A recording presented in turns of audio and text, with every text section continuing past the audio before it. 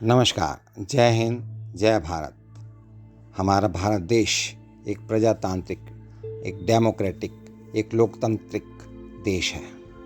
यहाँ पर सभी देशवासियों के वोटों से हमारे देश की सरकार बनती है, सभी राज्यों की सरकारें बनती हैं। इस प्रकार से यह हमारे जो वोट हैं, जो हम मतदान करते हैं, इसका बहुत ही अधिक महत्व है। कभी कभी तो हम यह भी सोचते हैं, अरे मेरे अकेले जाने से क्या होगा, एक वोट से क्या फ़र्क पड़ेगा। लेकिन वही एक वोट आपके जो लोकसभा आपका नगर है, लोकसभा का क्षेत्र है या राज्यसभा विधानसभा का क्षेत्र है, उसके परिणाम को प्रभावित कर सकता है। अब आप इसकी कल्पना कैसे कर सकते हैं कि एक वोट की क्या कीमत है या एक वोट का क्या मूल्य है। इसके संबंध में मैं आज आपके समक्ष एक ऐसे कुछ तथ्य रख रहा हूं जिससे आप अंदाजा लगा सकते हैं कि एक वोट का क्या महत्व है। एक वोट का इतना महत्व सुन करके आप आश्चर्यचकित हो जाएंगे। और मैं सिर्फ इसलिए बता रहा हूं क्योंकि अभी जब भी चुनाव होते हैं, आप बाहर निकलकर वोट देने अवश्य जाएं। आप कहीं इधर उधर घूमने ना जाएं कि मेरे वोट से क्या फर्क पड़ता है। फर्क पड़ता है भाई, आप वोट दीजिए। आपका वोट आपके परिणाम को आपके पक्ष में, आपके अनुरूप आपका परिणाम आएगा। अब एक वोट का मूल्य क्या होता है मैं आपको बताता हूँ। यदि आपको लगता है कि मेरे एक वोट से क्या होगा, तो आपको ये 7 किस्से अवश्य सुनने चाहिए। मैं आपके समक्ष 7 उदाहरण पेश कर रहा हूं जो इतिहास में केवल एक वोट के कारण ही प्रभावित हुए। इतिहास ऐसे उदाहरणों से भरा पड़ा है जब महज एक वोट की हार से तख्ता पलट हो गया। अटल बिहारी वाजपेयी और सीपी जोशी इसकी सबसे बड़ी मिसाल है। फ्रांस में तो एक वोट की जीत से ही राजतंत्र खत्म हो गया। वहीं जर्मनी में एक वोट से ही जीतकर हिटलर नाजी दल का मुखिया बन गया। अब आइए सन 1999 में AIADMK अन्ना द्रविड़ मुनेत्र कड़गम के समर्थन वापस देने के बाद श्री अटल बिहारी वाजपेयी सरकार को विश्वास प्रस्ताव रखना पड़ा। और विश्वास प्रस्ताव के पक्ष में 269 वोट पड़े और विरोध में 270 वोट पड़े और सरकार अटल बिहारी वाजपेयी की गिर गई।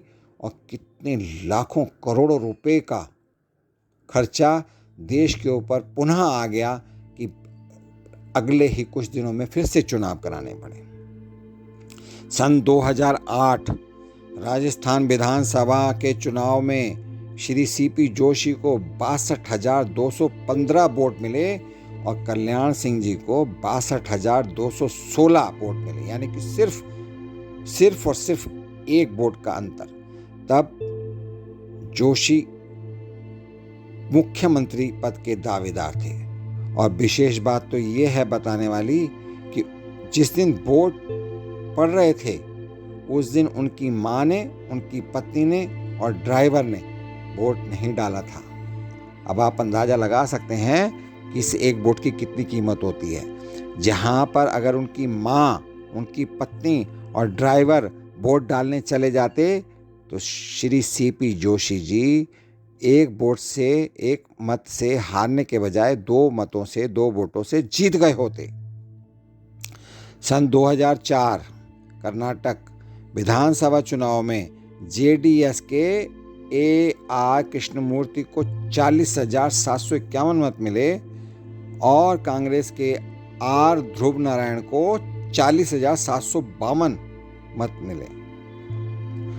और यहाँ पर फिर से मैं आपको बता देता हूँ कि छुट्टी ना देने के कारण उनका ड्राइवर वोट नहीं डाल पाया था। अगर उन्होंने ड्राइवर को छुट्टी दे दी होती कि जाकर के वोट दे के आ जाओ, तो हो सकता है कि ये मतदान में बराबर के हो जाते। यानी कि कृष्णमूर्ति और ध्रुव नारायण को बराबर बराबर वोट मिल जाते, जिसके कारण से वो आगे आने वाले चुनावों में जीत सकते थे। अब मैं सन 1875 की बात करता हूँ। सन 1875 में फ्रांस में तो सत्ता का पूरा रूप ही बदल गया था।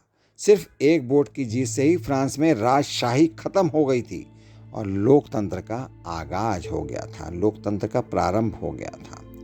वरना वहाँ के लोग अब तक राजशाही ही ढो रहे होते, यानी कि राजशाही चल रही होती।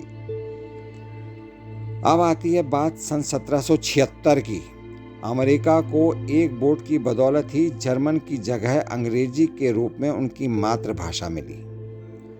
वहाँ सन 1910 में रिपब्लिक उम्मीदवार एक वोट से हार गया था और पार्टी मानो शोक में डूब गई थी।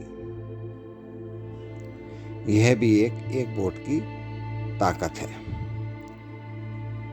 अब सन 1923 में जर्मनी के लोगों से पूछिए कि एक वोट की ताकत क्या होती है, क्योंकि सन 1923 में एडोल्फ हिटलर सिर्फ और सिर्फ एक वोट के अंतर की जीत से ही नाजी दल का मुखिया बन गया था।